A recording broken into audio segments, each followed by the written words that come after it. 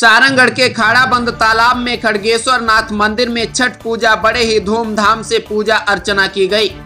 सूर्योपासना का यह पर्व कार्तिक महीने के शुक्ल पक्ष के चतुर्थी से सप्तमी तिथि तक मनाया जाता है। छठ पर्व की कथाओं की बात करें तो महाभारत के समय की जब द्रौपदी ने छठ पूजा की थी। इस वर्ष छठ पर्व की शुरुआत सोमवार को स्नान यानी नहाए खाए के साथ शुरू हुई। इसके बाद मंगलवार को व्रतियों ने खरना का प्रसाद ग्रहण किया। आज डूबते हुए सूर्य को अर्घ्य दिया गया। नहाए खाए के साथ शुरू हुई छठ पर्व की शुरुआत।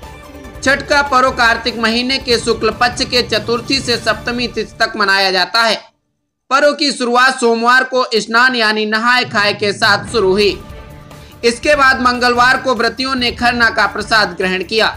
खरना के दिन व्रती उपवास कर शाम को स्नान के बाद विधि विधान से रोटी और गुड़ से बनी खीर का प्रसाद ग्रहण करते हैं। इसी के साथ व्रती महिलाओं का 2 दिवसीय निर्जला उपवास शुरू हो गया। छठी मैया हर किसी को उत्तम स्वास्थ्य और सुख सौभाग्य प्रदान करें। छठी मैया हर किसी को उत्तम स्वास्थ्य और सुख सौभाग्य प्रदान करें। पूरे देश में छठ महापर्व की धूम। आज डूबते सूरज को दिया गया अर्घ्य। आस्था के महापर्व छठ की धूम है। आज डूबते हुए सूर्य को अर्घ्य देते हुए छठी मैया की पूजा आराधना की जाएगी। 4 दिनों तक चलने वाले इस महापर्व मुख्य रूप से उत्तर भारत के राज्यों में मनाया जाता है। 4 दिनों तक चलने वाले छठ पूजा में सूर्योदय और छठी मैया की पूजा होती है। छठ के पर्व में उगते हुए और डूबते हुए सूर्य दोनों को अर्घ्य दिया जाता है।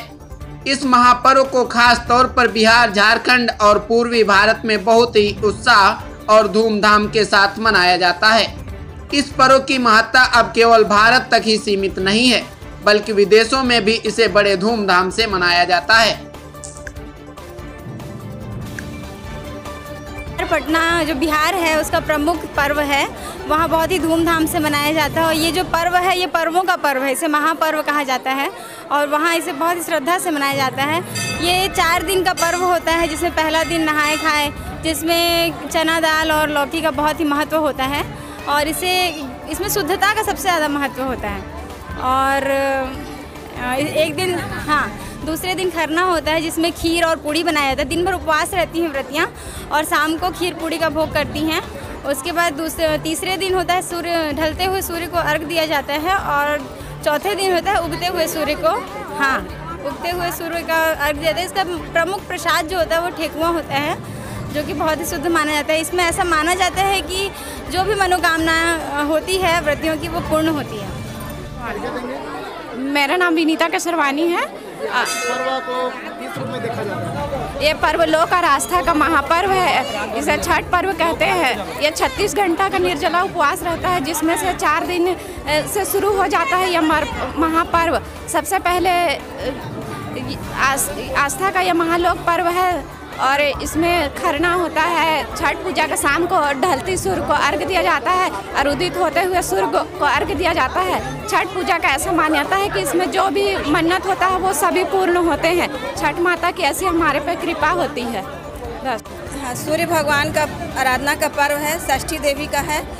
इसे मनाते हैं, उसमें ये गर्मी के दिन में भी, उसमें नवरात्रि के छठ में भी मनाया जाता है और कार्तिक पक्ष के में भी मनाया जाता है। ये बिहार उत्तर प्रदेश का है, पर अब छत्तीसगढ़ में भी वहाँ की बहुत सारी महिलाएं आई हुई हैं, तो ये पर्व बहुत श्रद्धापूर्वक मनाती हैं।